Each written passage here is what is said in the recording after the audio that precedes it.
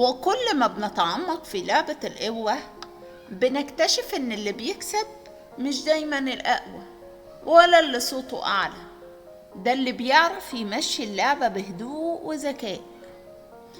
أهلا وسهلا بيكو، معاكو نهلة فؤاد، وانت بتتفرج على برنامج خلاصة في 5، البرنامج اللي بنلخص فيه أهم وأقوى الأفكار في 5 دقايق وبس.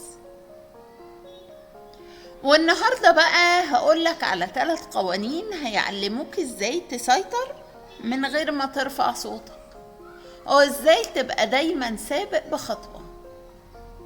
هات يلا الورقة والقلم ويلا نكمل. القانون السابع: خلي الناس يجولك، ما تروحش انت. فمرة كان في مدير دايما بيسعى ورا الناس عشان يقنعهم، لكن في مدير تاني كان بيخليهم هم اللي بيجروا وراه. ازاي؟ كان بيخلي نفسه هو اللي عنده الحل، هو اللي عنده المعلومة، فبقى الكل محتاج يقابله. القوة مش دايما في الجري، أوقات بتكون في الانتظار الصح. القانون الثامن: خلي الناس يعملوا الشغل وانت خد الفضل. كان في فريق بيشتغل ليل ونهار، بس دايما اللي بياخد التقدير واحد بس. ليه؟ عشان هو اللي بيعرف يظهر النتائج ويعرض الصورة النهائية. وده مش معناه انك تستغل الناس، لكن دايما اعرف ازاي تخلي مجهود المجموعة يخدم صورتك كقائد. الناس بتنسى اللي اشتغلوا وبتفتكر اللي ظهر. القانون التاسع: اكسب الناس بعقلك مش بنقاشك.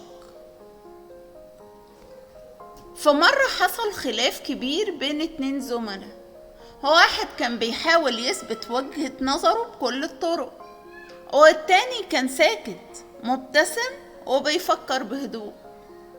والنتيجة الساكت كسب احترام الكل، واللي كان بيجادل خسر حتى اللي كانوا معاه.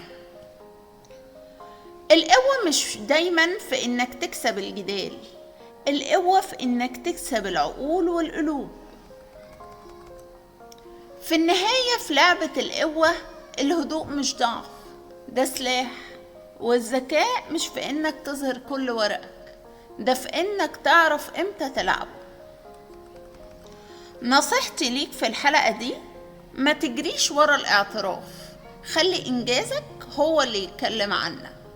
القوة مش في الحركة الكتير، القوة في التوقيت الصح. أنا نهلة فؤاد، ودي كانت خلاصة النهاردة. ما تنساش تعمل لايك واشتراك وتفعل الجرس عشان تكمل معايا الرحلة.